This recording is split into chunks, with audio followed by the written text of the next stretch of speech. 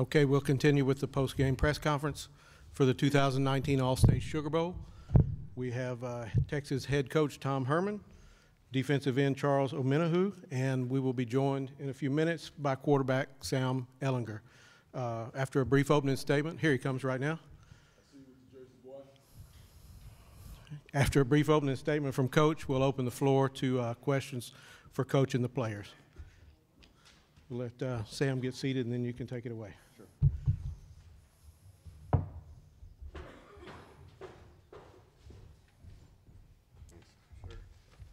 Nice jersey.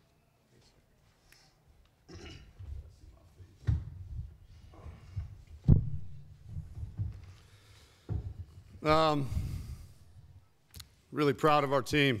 You know, I know that the phrase team win gets used quite a bit, but the way our offense, defense, and special teams complemented each other the entire night, I thought was magnificent. It was what we needed to have happen in order to have a chance to win.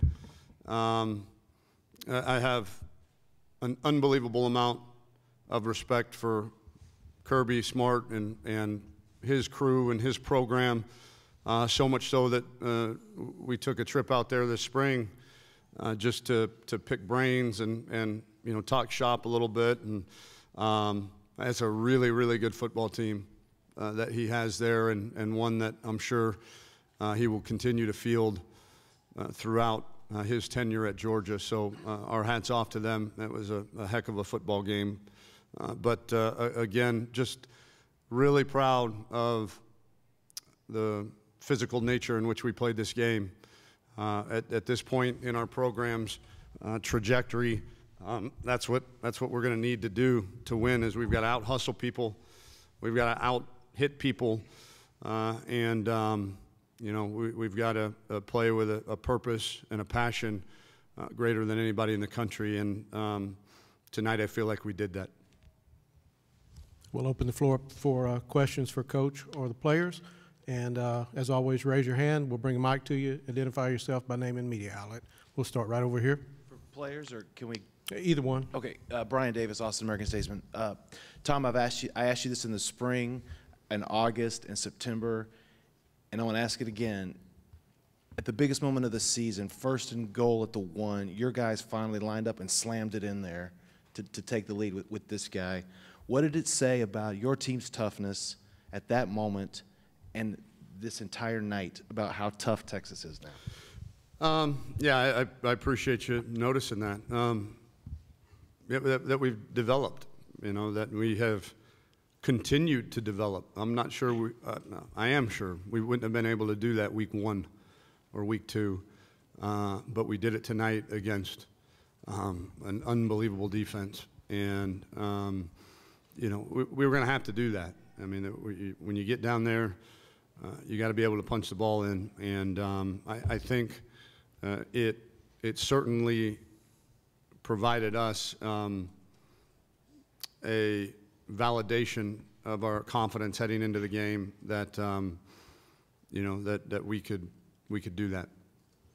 We'll move over here to the right side. So far away. Justin Wells, Inside Texas. Coach Herman, noticed you really focused on the run game because, and with Georgia being an incredible run defense, that seemed like to be the MO of the night. And you switched around the offensive linemen kind of sneakily. We saw, you know, Calvin Anderson slide inside, Patrick Vahe pop to the left side, Cosme slide inside a couple times. Was that part of your game plan to try to throw off Georgia a little bit?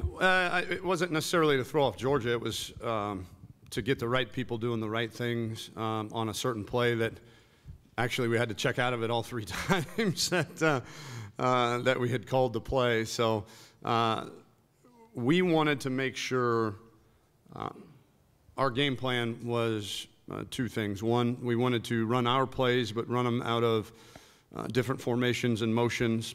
You saw us in pistol quite a bit. You saw us motion in the back, into the backfield. You saw us motion the tight end in and out. You saw us motion some receivers.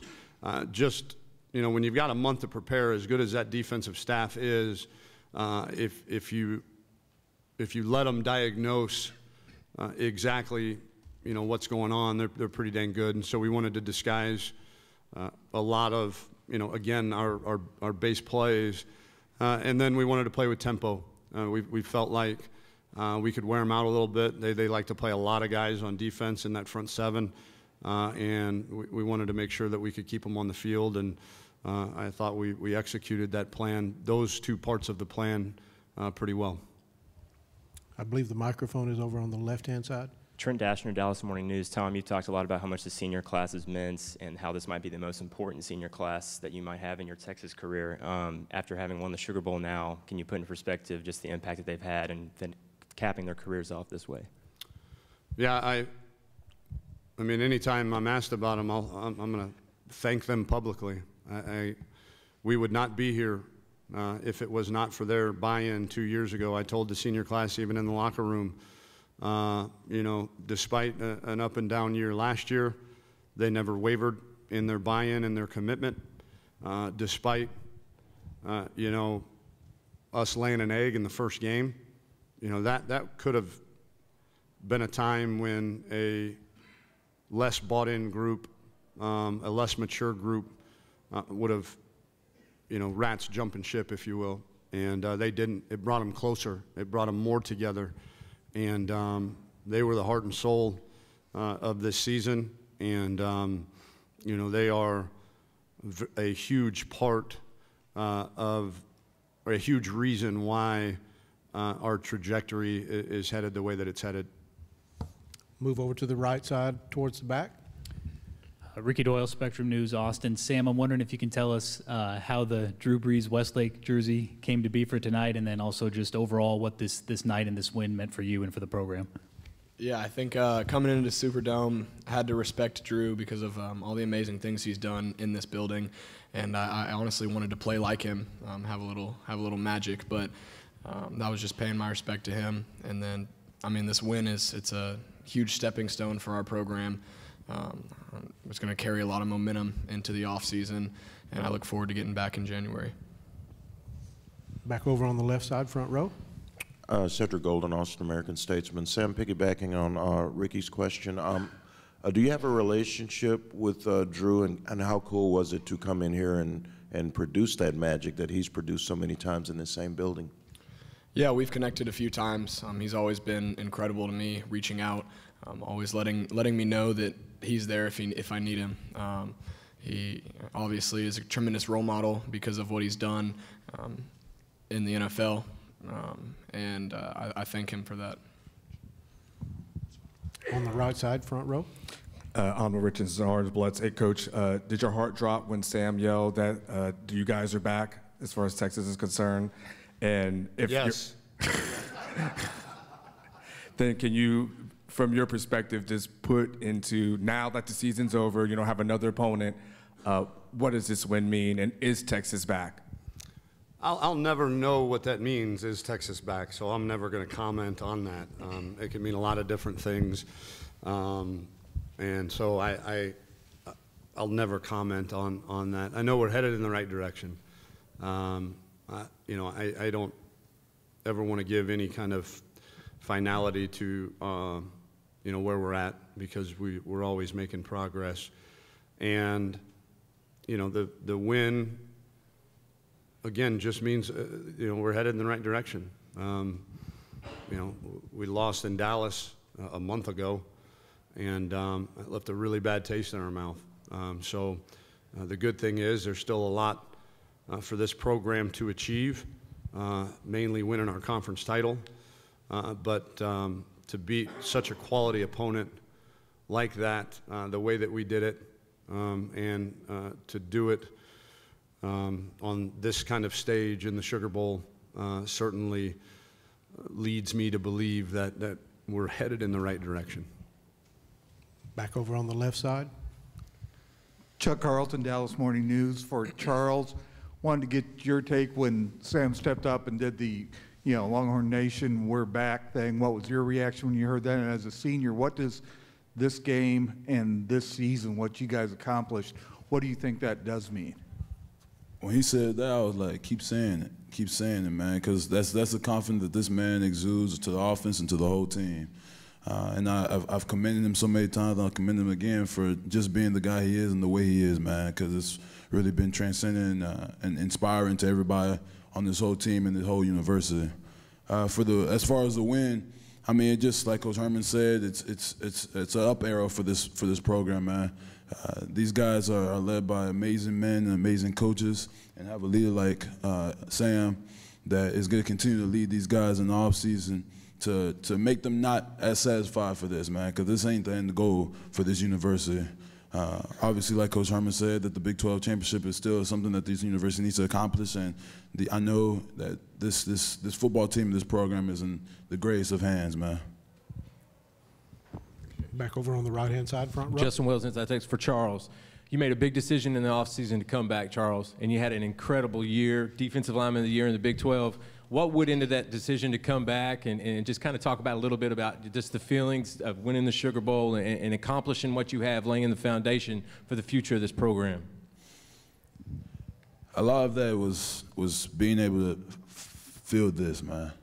Winning this game with these guys, with this class, dog, that I came in with, it was a big reason why, to be honest with you. I knew in the offseason what we were going to come in as far as freshmen, and then what was already here, that this team was going to be an amazing squad, and that personal dream of mine to play on the stage like this and to win a game like this was a huge part of why I decided to come back to school, and that's the best decision I've ever made in my 21 years of living, man, for real. Right here in the center of the room. Chip Brown with Horns 24/7. Tom, if you can talk about the defensive performance today, just how suffocating it was, and Sam, how sore are you going to be? I mean, the go-ahead touchdown, the game-winning touchdown drive, you carried it 9 times, 6 in a row at the end, 4 getting slammed around on the goal line. But your mindset down there. You want to go first? I think that that mindset and the physicality and the whatever it takes and the 4th and inches is the mindset that our offense needs to have, our team needs to have every single play. And I'm going to do everything that I can for my team to put them in the best situation to win. So I knew that, I mean, I thank you for giving me the ball. I wouldn't want it any other way. And I'm just so proud of the way our defense stepped up and how the offensive line did in the run game. And then to your point about our defense, great game plan by Coach Orlando and our staff, unbelievably well executed. We knew we had to stop the run. We had to. And we were committed to pressuring on 1st and 2nd down and trusting our guys on the perimeter if they were to pass, and trusting that pressure would also at least make the ball come out quick. And I thought the game plan was well designed, and even more proud of how fiercely it was executed by the players on the field. We'll stay over on the left-hand side on the far end. Coach Steve Habel from Horns Illustrated. Defensively, the next to last drive for Georgia, these guys kind of rolled the dice. I mean, the blitz on first down really got the ball out of his hands super fast, like you were talking about. Was that an all or nothing type situation for you guys at that point? I mean, do you feel like that was the biggest thing in the game? Which drive? The one where we sacked them on 1st down? Right. Is that the one you're referring to? Yes, sir. Yeah, I think, and we forced them to punt at the end. Yeah, I think we learned our lesson on the drive before that, they're so good, their quarterback, receiver, O-line, that, if we sit back and play too passive with that much time left on the clock, that's probably not the smartest thing to do. So we wanted to pressure them on that drive, and it worked out well. And I just can't, I think, we all want to think that offense and defense are, is mutually exclusive. They go hand in hand, and they're very complementary. I'm looking at this stat, the one that sticks out to me, which is amazing, and I know it's an archaic stat at times, but it really mattered in this game. We had the ball for 12 minutes in the 4th quarter. 12 of the 15 minutes. And I thought our offense did a great job of getting first downs and milking the clock down with a lead. And our offense played a part in playing great defense as well. Stay on the left-hand side in the front row. Sam, specifically about the goal line, those goal line plays, were those all you? And was there any talk about field goal on 4th down, or was it going to be all you all the way on that? Well, we didn't really talk about it because we got stuffed 3 plays in a row, which we have to fix. But I don't know what was being said on the headset, but I'm just glad that they trusted me and gave me the opportunity to punch the ball in. Any doubt, Tom? No. Not with that guy carrying it. Back on this side on Justin the front Wells, row. Inside Texas for Sam. You had a little moment, Sam, with the trophy when you went over to the stands and you got to see your mom and your family. Just tell us how special that was for you. Yeah, it was incredible to see my family and all the trauma that we've been through. To get this opportunity, Texas football and the University of Texas has meant so much to me and my family, and to be able to do this with my family here, I can't think of anything better. We have time for 2 more questions. We'll go on this side of the room, and then we'll finish up right here. Tom, Ted Lewis, New Orleans Advocate. You've been part of a championship team at Ohio State. You talked about you went to see Georgia, and I know you've got to be familiar with Alabama and Clemson.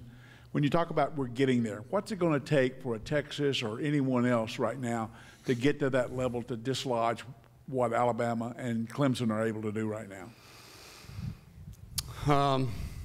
They've got a pretty good head start on everybody, I can tell you that. It's going to take multiple years of recruiting classes like they've had in the last half decade or so, and then it's going to take the development of those great players. And we feel like we're on track. Having been at this program for a couple years, we've recruited really well. We've developed really well. I think we've got the best strength coach and strength program in America. And so I think we're going to need, to continue to recruit at that elite level. And then once we get them here, we've got to develop them at an elite level, like those programs. Final question right in the center of the room. Jeff Alhorns, 24/7. Tom, talk about the end of the second half, or the end of the first half and the start of the second half. It was almost the complete opposite it was in the Big 12 championship game, where they don't score. Bushevsky gets the 50-something yard punt to get you to halftime, and then the defense comes out and forces a turnover. How huge was that swing right there, just to not give up points or have a special teams gaff, and then for the defense to come and get the ball, the offense the ball right back? Yeah, it was huge. You want to start both halves really well on both sides of the ball, all 3 phases of the ball, and you want to end both halves the same way. And I feel like